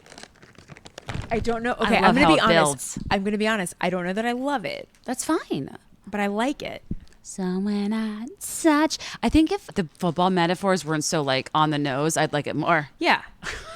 No, I get that. Because apparently it's about Maddie, Well, which is confusing. maybe I should go back and listen again. The problem is once I get into songs, I only listen to those songs. I know. I'm the like same that's way. what made my playlist, and then I'm like, oh, am I missing I'm the stuff? same way. But I think So High School's fun. Oh, you know what I did skip though is How Did It End? How did it? Which That is- song is so brilliant. It's so sad. Do you think she's really at the shops, Kelly? Could you imagine? But we would be at the shops. We would absolutely picking be out in the quirky, shops. I'm irreverent at the nun shops. cards. Listen, I'm in my neighborhood shops all the time with my new love, Poppy Prosecco, Yeah. and we never run into Taylor Swift. I'm always at local bookstores saying, "Hey, do you have this book? I'll sign it for you." That's how I get my confidence back. But no, they It have is Taylor so Swift at the good. shops like Kate Winslet in The Holiday or something, in London. Ah, I'm just like, do you really go to the shops? I know. It's just like, but also it is that sort of, I'll speak from experience, my interpretation is when you're the friend, when all your friends are married or in long-term relationships, and you're the friend that all they want is to be in that situation, and yet it's always just like you meet someone, you break up, you meet someone, you break up, and it does get tiring. And then it is a bit of a gossip trail of like, oh, how did it end this time? Like, what happened this time? When somebody dies, what's your first instinct is not, oh my God, that's awful. Your second is how? No, right. Exactly. Which Yeah. is so wild that's how the brain works. I'm sure there's some science on that, but it gets tiring because it's like, oh my gosh, I don't know. And I think the way they talk about privacy and confidence is so funny of like, we'll tell no one except all of our friends. Yes. Right. And then it still is like, I mean, I tell you stuff, not that you're out there like putting it on the pod, but it's just like you're Yeah. going to talk to your best friend. Then maybe that's not a good example, but I think what she's trying to say is like someone's always going to tell someone. Right. But it's like someone tells someone, but then you have your circle of people that you know it ends with. Yeah. Where like sometimes I feel this way about you and Courtney. Is like you can tell me something, but I am you and I am Courtney and Courtney's me and you are me. Like we have this like confidant circle of like, I know that you guys protect my confidence. Yeah. Like professionally and personally. But like there's some things I find out that simply cannot stay with me. But I know I think it ends with you. I assume it does. Well, yes, but then it's stupid because then you go on TikTok and it's just, again, not to bring up Zach and Brianna again, but I mean, I had to talk to you about it. I don't know what I would have done if we weren't in the same house today. I think we're ethical that we talk to each other about it first and then podcast behind a paywall about it. Fair. You too for $10 a month. No. But that's the thing is like we actually are invested, and you so the celebrities act like we're pieces of shit for talking about it because we're not in it. But at the same time, we actually kind of do care. The thing is, I care in the same way that I would care about my own. If I'm invested in my friend's relationship, I care to know what's going on. What's going on, right? And yes, you're right. It's that same. It's parasocial, feeling. But it's just It's just parasocial. But I don't like when people weaponize parasocial relationships that they started. Yeah. If you don't want people to parasocially care, don't parasocially share. So are you saying that if I'm going to care about people's feedback on our dance earlier, that I shouldn't have said we yes? shouldn't have filmed it? Kelly, the way I have 250 DMs about leg locking, about technique, about leading with our hips, I'm not going to even share. Oh my gosh. Okay. All right. So I think to move on, while I don't listen to I look in people's windows, tonight we were very clearly looking in people's windows on the way back from dinner. Yeah. And I just want to see if people decorate the same inside. Frankly, all I care about in this life is where'd you get your money? How do this many people have this much money? Right. To buy these homes and outfit them like they do. It kind of confuses me, Kelly, that I live in a city with a lot of normal people in a neighborhood that's like an outskirt of the north side. And it's but also every single home around me is over $1.5 million, which is not chump change. Same. I mean, that's the funny thing. The other funny thing is that that's not normal for us. But also we complain, but we pay the mortgage of those the people homes that actually own it. Yes. So it's we got to record an update to Ratatouille sometime. Definitely. Another time, another day. A great episode. Okay. I will say also, to me, one of the greatest songs that she's written is The Prophecy. There's something about it, and maybe it's just because it's me, it's so heartwarming. It's so true. When is it my turn? Oh, tell. Yeah. It's you do all these things. You do the best you can. They never work out. And it's so what, universe? Tell me what I need to do different in order to find love. Basically is what it's saying. Absolutely. Could you read me a few lyrics from the chorus? Yeah, I would love to. I'm trying to think of where to go with this, but you can cut stuff out. Hand on the throttle, thought I caught lightning in a bottle. Oh, but it's gone again. And it was written. I got cursed like Eve got bitten. Oh, was it punishment? So, right. I'm edging. So then it's pat around when I get home. I guess a lesser woman would have lost hope. A greater woman wouldn't beg. But I looked to the sky and said, please, I've been on my knees. Change the prophecy. Don't want money, just someone who wants my company. Let it once be me. Who do I have to speak to about if they can redo the prophecy? I have goosebumps. I cannot. Did you just see me fall into a state of thoughtful despair? Yeah, no, you're not going to recover. It's gorgeous. It's gorgeous, and it speaks such truth to so many people. To so many people that also are kind of in a weird place on their spiritual journey of who are you speaking to? What do you believe in? Who's controlling this? It's kind of an interesting thing where you can be like an older evolved person who like maybe isn't super religious or naive, but you're still like talking to the sky. Yeah. You know, you're just like so frustrated. Yeah. Yeah. You're like, is this fixed?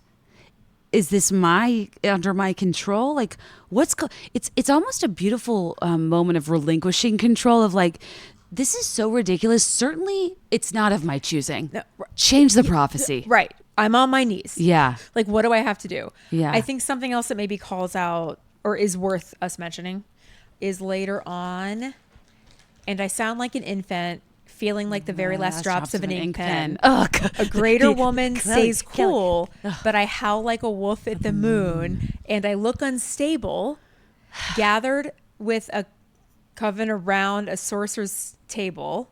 A greater woman has faith, but even statues crumble if they're made to wait. And then it goes on to say, I'm so afraid I sealed my fate. No sign of soulmates. I'm just a paperweight in shades of greige. Spending my last coin so someone will tell me it'll be okay. Was that why we went to the psychic? Or Should you tell people I've passed away? you RIP have passed away? I'm like, I'm just, this song that just took my breath away.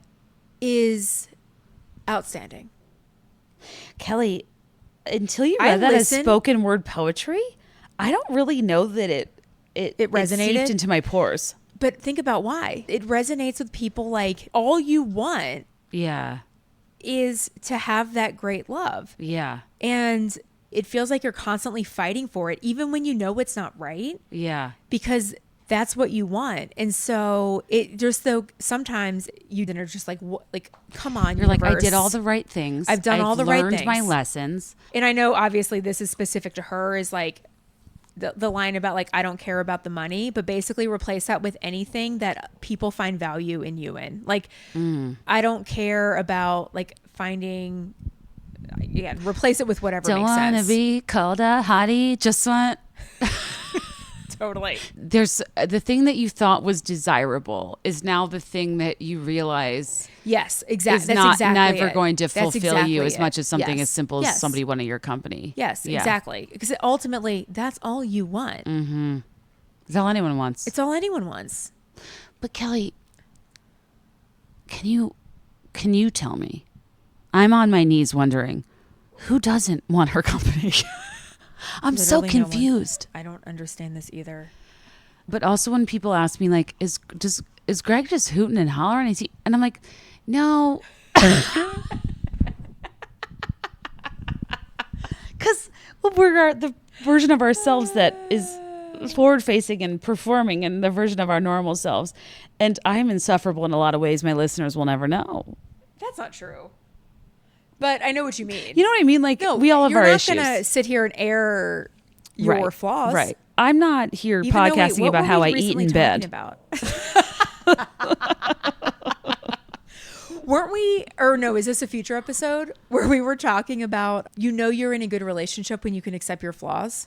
Yes. Was it Aaron Foster Aaron that said Foster that? Yeah. talking about nobody wants this. And she was like, the best part about toxic relationships is you can blame it all on them, but you get in a healthy relationship and you like for it to succeed, you have to both concede and you have to acknowledge what about you isn't perfect. And it's kind of a weird moment when you've only been in bad relationships to realize that you're not perfect either. Yeah. And like, I think that was actually hard for me because I have parents that are like, you're so great. And like my friends, like, you're so great. And then I got in a relationship and it's like, he thinks I'm great too, but also you have to. But there are, of course, like areas to work on. When you're dipping pretzels in ranch in bed and a person likes to keep condiments out of their sleeping space, you have to say, this isn't for everyone. I don't even have a sarcastic response. Would that bother you?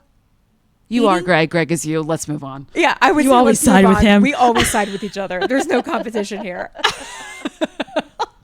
Next song. If you're eating condiments in bed, You're living. okay. Okay, wait, sorry. Next song. Were you sent by someone eating condiments in bed? I think, okay, maybe, again, the problem is I maybe not listening to songs now, but I'm going to end on this note. Okay. And that is the Manuscript. Tell me everything. Okay. So here's the thing. I might be wrong. My interpretation of the Manuscript is that it's someone who is replaying the relationship. And there's nothing you can do to change the past. It's already been written. And so I think when she says, and now and then she rereads the manuscript, I actually get chills because everyone does that, right? You always will look back. You can look back on a relationship that Could you hand me that phone? I'll look at the lyrics. Oh, sorry. Here. Do you No, want me to pull them the up? other phone. I can get on the internet. I hope I'm not wrong on this. And if I am, I don't care because I'm going to think about it this way. I think the songs were hers, now they're yours, and you interpret them how you should. And you literally can think back to a significant relationship, a fling. You can look back to a friendship. Like, you can look back on things, and it all goes back to appreciating it for what it was. And you replay some of the conversations, right? But ultimately, like, you can't change it, but you can look back and just appreciate it. It starts with such a specific anecdote about organ donation, which does remind me of that article you sent me about organ harvesting. Can you imagine if you were to wake up and they're about to harvest your organs? So in case anyone's feeling out of the loop, that's not what the manuscript is about. Kelly sent me a Daily Mail article but from a hospital where they thought the guy was pronounced dead and he woke up when they were harvesting his organs. She sent it to me at 11:15 p.m. And I was like, nice to hear from you, Kel. She didn't say anything. It was just like a headline about organ harvesting. And she said, new fear unlocked. And I said, well, yeah, but also waking up during a surgery. I mean, all of it. But a hospital pronouncing you dead when you're not dead is a little sus. That's tough. Anyway. Moving on back to that. Can I tell you why this song's important to me? Yeah. In the age of him, she wished she was 30 and made coffee every morning in a French press. Afterwards, she only ate kids' cereal and couldn't sleep unless it was in her mother's bed. So if anybody else out there can only stomach kids' food in times of despair, there have been a handful of times when I've only eaten kids' cereal. In those times were when I got broken up with, when I went through a tragedy in college, when I had a career that I thought was imploding before me, and when I was pregnant. So if I ever see you eat kids' cereal, is that a sign? Well, it's a huge source that either of comfort. You're pregnant or depressed? It's comfort. Great. Yes. And I told my doctor, I was like, I'm really worried about all the Honey Nut Cheerios and I'm worried this kid's not going to be well. And she said, your body's telling you what you need, and what you probably need is fortified iron, which leads me to today when I did a Patreon about my shades of gray matter as a mom, saying like, I'm really having trouble with brain fog. Yes, blah, blah, yes. blah. And a ton of Beths told me to take an iron supplement. I don't know if it's an iron supplement, but I do not feel foggy anymore. And So I actually think that I interesting. might have had an iron deficiency this whole time when I thought I was having a mental breakdown.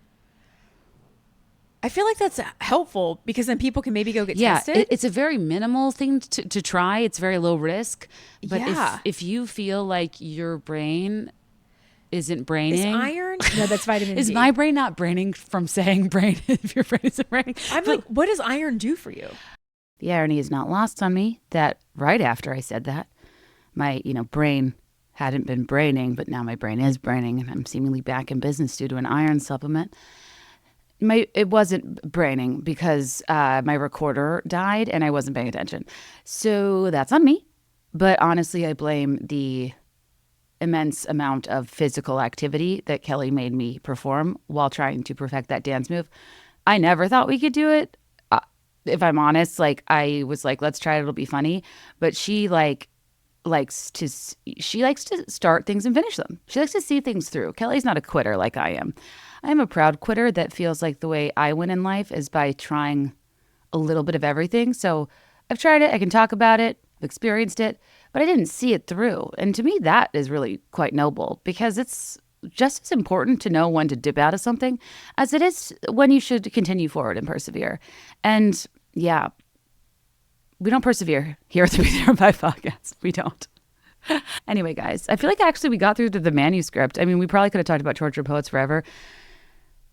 So we do have probably another hour and a half of audio that I'll put on Patreon. Again, I'm not trying to be annoying at the paywall, but it's like slightly more personal. And, you know, I want to reward the paid subscribers that support this show, especially when we're in like a lighter ad season. You guys keep it afloat. I don't really think we get that much further into tortured poets, but I wanted to ask her perspective because I think she listened to it a bit more than I did. And she went from like more lukewarm to like really loving it. And I wanted you guys to hear from her perspective because especially since she has more experience in modern times dating the way it is now. I know so many of you are in a similar situation, and I always wish I could provide more wisdom or help, but it's hard for me to talk about dating in a way that's helpful because I have the energy of like your most annoying friend who hasn't been single in a long time, who says things like online dating looks fun and you want to strangle. Because I'm like, ooh, shopping for men, exciting. It's fascinating to me because I never had to do it.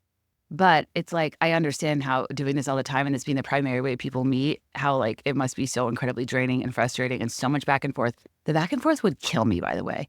Like, do I have to come up with like cute, like crafty, clever text and like flirtatious banter crafted with my thumbs all the live long when it's just like, oh my God, ask me out or don't, and let's move on with our lives? Having those types of conversations ongoing used to be like my primary skill set on AOL Instant Messenger. But with the responsibilities of an adult and like a busy schedule, like I don't see how you guys keep up with all the back and forth. It kind of astounds me. And when I say I kept up with a lot of back and forth seducing men on AIM, I'm not exaggerating.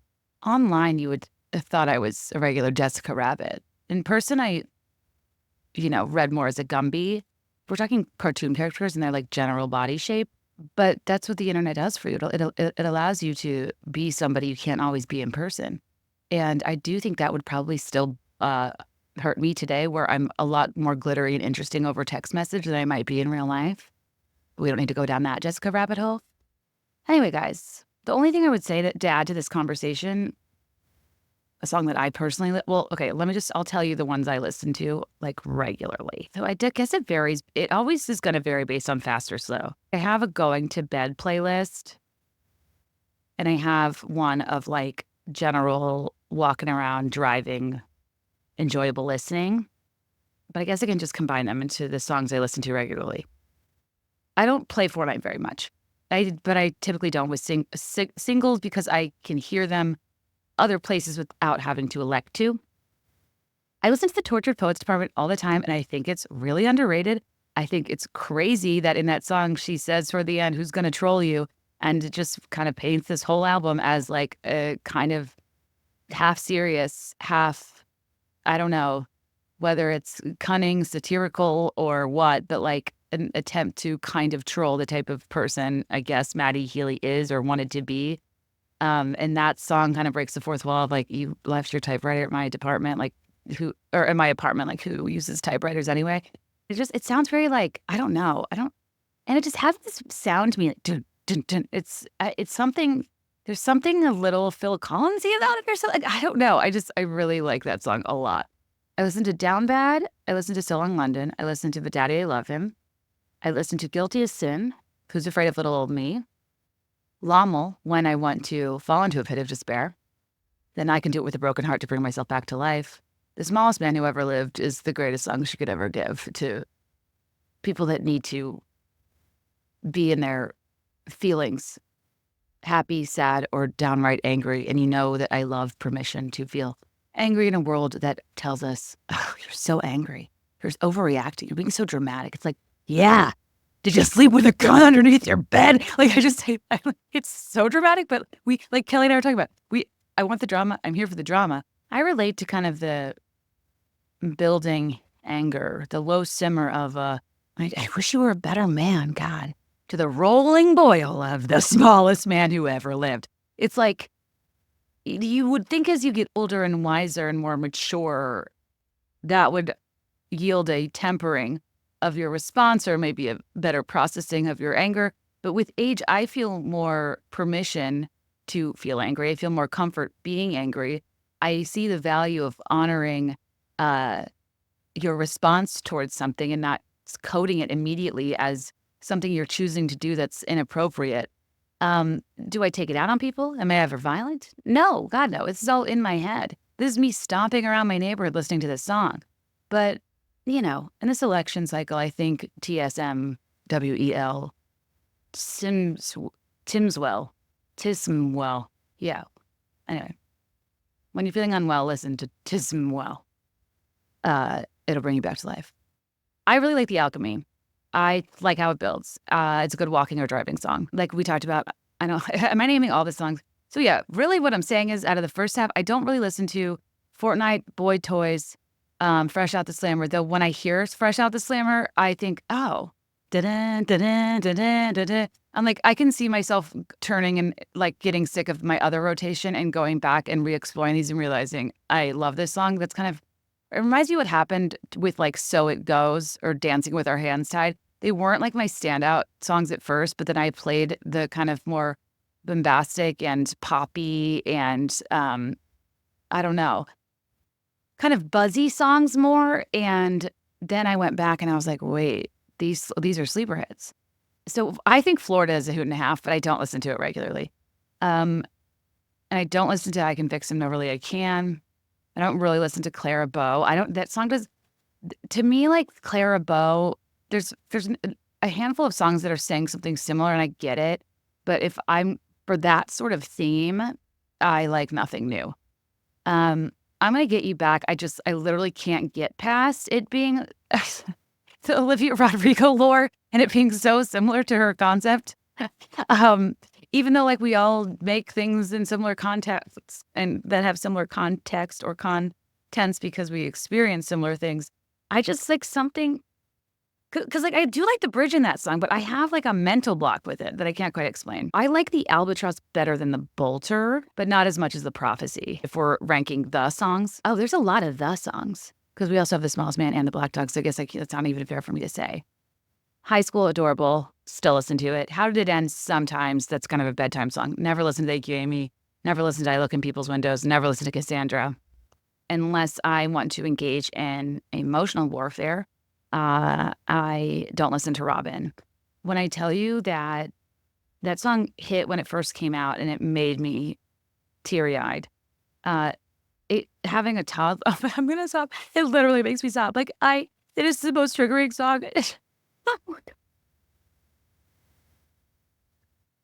I was saying on Instagram the other night, I cried on Instagram the other night being like, does anybody else, sometimes you're like, there's just this really sweet moment or you're putting your kid to sleep or you're rocking them or they learn a word or they discover something for the first time. And like you are overwhelmed by the sweetness. And you guys honestly made me feel better. So many of you said this happens to you too, where wanting to capture that moment and like imbibe every ounce of innocence and sweetness is so overwhelming. It's also paired with like this despair for knowing the moment's fleeting and it won't always be like this. And it almost becomes impossible to be present in the sweetest of moments without it being underscored by a fear that it won't always be that way. And it's like, I'm a sentimental person that like knows that about myself. And when I got older and my skin never got thicker, I was like, okay, well, what I can do is avoid things. So I'm going to put on mute when commercials come on. Commercials make me cry. I'm going to avoid things that are too sweet and sentimental when I have to work or focus, before bedtime. But like having a kid is one giant, like highly sensitive person trigger because so much is challenging and life altering, but like so much of it is so goddamn sweet. It's like so overwhelmingly sweet relative to anything else I've ever seen in my life. A mere mortal cannot metabolize it.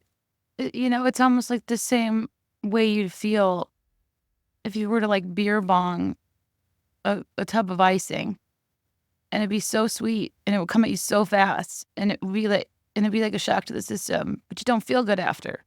But I guess it's not the right metaphor because that kind of saccharine situationship has more to do with that actually being a bad idea and causing physical pain, where this is the best idea I ever had, having this kid. And I think if like the vulnerability that like leaves you with these weird intrusive thoughts that seem to oddly pop up in the best moments because like you become so aware of something's fragility and how dependent you are on its vitality. It's moments of, I call them painful perfection. Like, and they're quick. And I used to, but this isn't unique to kids. I cried at night when I would hold my dog. Like, it still do sometimes. It's really hard for me to like fully absorb and accept and enjoy a really great, sweet, sentimental moment without also mourning its loss. And like, that's sad and dark, but a lot of you said you deal with that too. And I don't know why, but I guess all that to say, I just want to tell you not to listen to Robin. Kills me. You talk about like Teddy plays on his windowsill all day with his little Tonys. I don't know what he's thinking or imagining or playing. I mean, it's just like, oh my God, you have no idea about anything. So yeah, when they call it the witching hour, I'm like, you know, when kids go to bed, I'm like, I don't really think he's the problem. I think it's the witching hour because a greater woman's day is cool, but I howl like a wolf at the moon. And I look unstable. Gathered with a coven around a sorcerer's table, trying to plot, plan, beg, borrow, steal. I don't care how to give this kid a good life, to raise a good boy who becomes a wise man. And sometimes I'm just like, how do I raise a boy who is nothing like the men I'm seeing on TV right now? Seem like gleefully want to destroy our democracy in favor of, I don't know, ego, their regressive values, their deep contempt for women. I see the like complete and utter disregard for decency and decorum and professionalism on the job. And I want to cry thinking of my son, thinking of a younger me, thinking of my nieces and nephews and all of your kids. And I can't believe we're in this situation again where a person that I once as a child naively thought was supposed to be elected because they represented the best of us is now potentially a person that exemplifies the absolute worst of human behavior. And I worry about my son growing up in a world where that is the norm for leadership. And that is the norm for how boys talk to each other, talk to women. I'm like, oh my God, can you imagine being a kid today and you're like struggling in school and hoping it will get better because kids are mean and kids can be bullies and adults always tell you like what matters is treating your neighbor as yourself and respect and integrity and that it will get better and people will get kinder. And what does it say when there's a presidential candidate, he used to be president who was running for president again, is up there and he's supposed to represent this honorable position held in high regard, yet that person's mirroring the behavior of the worst bullies at school. How is anyone to believe it gets better when there is somebody standing in front of a nation in a formal like diplomatic setting, going out of their way to disparage their opponent's looks, their IQ, dumb, pencil-headed, bird-brained, horse-faced, a filthy, disgusting loser, a nasty woman. September 29th, Trump pulled out the R word, which didn't know people were still saying that. She was a bum 3 weeks ago. She was a bum, a failed vice president, and a failed administration. She's so fucking bad. She's so pathetic. He's out here talking about Arnold Palmer's penis size. I know there's no point in like bitching and we're all bitching and it's like we'll do something. I mean, I don't know. I have a platform. Maybe me bitching publicly is doing something because I really think that we're so tired of being shocked and horrified that in a sick way, we've normalized it just as much as anybody else. But I think it's important to keep saying, this is not normal. This is not okay. This is strange behavior. I'm having a lot of feelings about parenting and politics lately that I don't really know how to place. I don't totally understand how his supporters, like, I wouldn't let my kid be watching his speeches as if they were like, you know, TV NC-17 Cinemax productions. And I just don't get how you couldn't look at your kid with a straight face and say they can't be a name-calling bully when like this person you worship and look to as your leader openly rejects the most basic shared social contract of human decency. And like, and I'm talking bottom of the barrel shared human decency. And this is a person who's supposed to represent us as a country in its entirety. It's just, it's embarrassing. It's scary. Maybe that's why I've been crying more at night, rocking my child to sleep, because I don't really know this world I brought him into. And I'm just, yeah, if anybody else is doing what I just did and Anything they do that's like fun and breezy and on the surface ends up spiraling into something political and anxiety producing about the coming weeks. Obviously, I'm right there with you because I didn't mean to do that. But I can't help it because I don't know. I'm trying to stay on top of the news. I'm trying to pay attention. And for a long time, I was like, I'm not going to feed into this. I'm not going to give this more attention. But I think we're at a point now where perhaps the ignoring it is normalizing something that has already been off the rails, but is currently stooping to levels of low that I fear will make our submersible explode. And we should have known better than to go down this road, you know?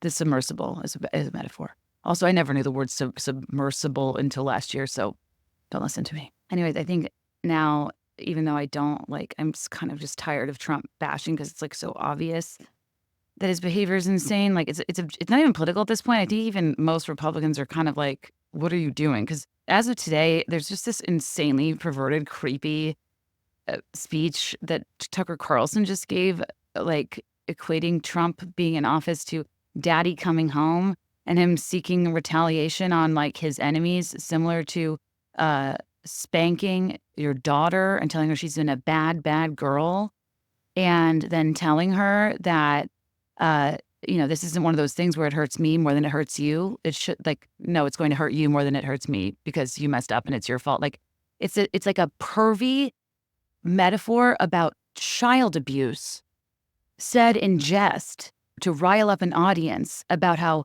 Trump coming to office is like daddy's home and he's going to beat his children. And the crowd roars. I'm like, how do I raise a son that is nothing like whatever the hell it is those people are in the audience cheering on this behavior? I'm not trying to be a high horse. I don't think I'm that great of a person, a beacon of morality. I talk a lot of shit here on the podcast. I'm also not the leader of the free world.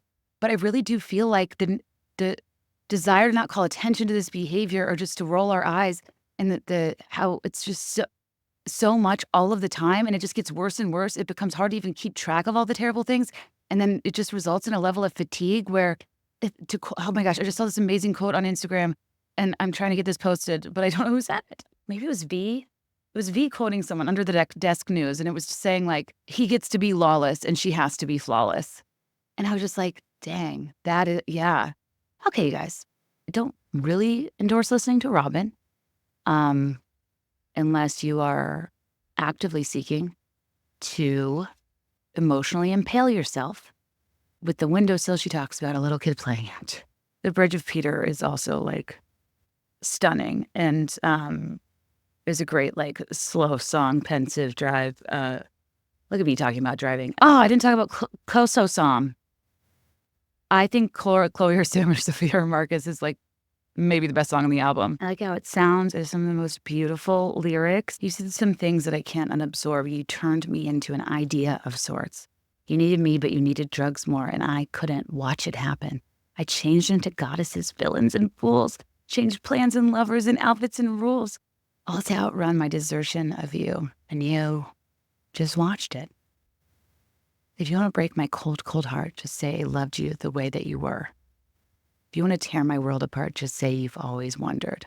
It's just like you think about if this really was like going on for a decade. Maybe he was had this idea of her. She had this idea of him or what their relationship could be. And kind of like watching wild horses, watching the phantoms of your relationship that never was.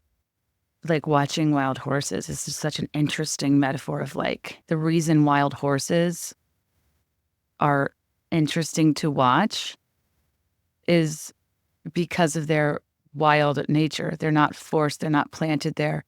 Seeing a horse at a petting zoo, on a ranch in context is like amazing. I'm a friend of the equine.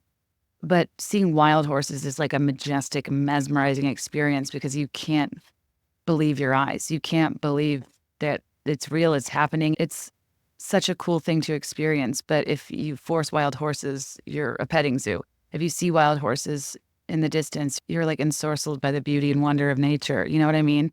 And I think similarly, it's like they could have forced the idea or his idea of her or their idea of what this relationship could be that they, maybe Peter promised her over the course of the past decade that played them for fools. But maybe she knows deep down, like if they forced it to work, it would never have been this mesmerizing spectacle of mystery and wonder that worked despite all odds, that came together even though you didn't see it happening. And when you force something like that, the exact same thing in a different context is a lot less enticing. You know what is enticing? YA horse books. Misty of Chincoteague, Black Beauty, so on and so forth. Everything, the Saddle Club, was that what that was called? Horses were such an elite currency to be interested in, as we know with horse girls. Yeah, cooler in theory, but not if you force it to be. It's like the difference of Misty of Chincoteague and Mr. Bean dressed like a horse, I don't really know what that means, but I couldn't find anything else that started with the letters Mist. But honestly, not mad. I resurrected Misty from the old hat rack, from the brain that's not burning, because I loved those books. And I don't know if they're specific to people that lived in Virginia because I grew up near the Eastern Shore. So that seems like something we should get into right now at 2 hours. I don't know. I don't know how people interpret the song is anywhere close to how I do. But again, it's not about being right or wrong. That's how I interpret it. But I just think it's interesting, especially because if this is written in the context of her now being in a new relationship, like you saw my bones out with somebody new who seemed like he would have bullied you in school and you just watched it happen. I actually don't think Trav seems like a bully. He seems like one of the somebody that was probably popular and kind of nice. Except when he yelled at that ref, I didn't like that. Or no, he yelled at his coach. And does she use bones? Because when you're Brooklyn, broke my skin and bones. Spirit meets the bone. I feel like she talks about bones in a lot of her more sorrow adjacent lyrics. So I just wanted to vote for Koso Som as one of the best tracks on the album, in case you weren't listening to it and wanted to give it another try. Kelly and I wanted to review some of our revised thoughts.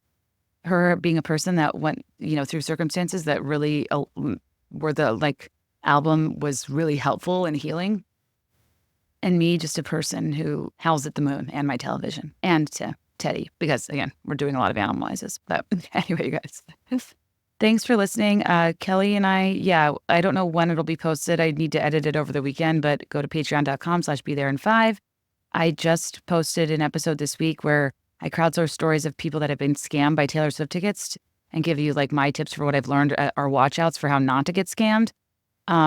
In case that's helpful as people navigate trying to get Eras tickets for ungodly prices. I just would die if somebody, therein lies the issue. Friends don't try to trick you, right? So hopefully that's helpful. The rest of Kelly and I's conversation, each comment stupider than the last. There's nothing like a tangent you go down and can't get off of with your sister, and we have about 20. So yeah, I'll get that up when I can. And rate and review 5 stars. If you like this episode, share with a friend. Tell me on Instagram. Tag me. I don't care. Any and all positive feedback is so, so helpful for this independent production. Please support our advertisers. And most of all, please come back next week. We're doing a spooky snorkel. And I, for the first time on the Be There in 5 podcast in 7 years, am going to talk about my feelings toward ghosts. Except I do talk about Casper a lot. Because he was played by Devin Sawa. He was high key. I never know if I should say high key or low key hot. But again, in the context of me being his age at the same time. Now I wouldn't say that about Casper, the friendly ghost. But at the time, I was I was so solid forward. I think we all were. All right, guys, as always, let me know your thoughts, and I'll let you know mine. I'll be there in 5, I swear.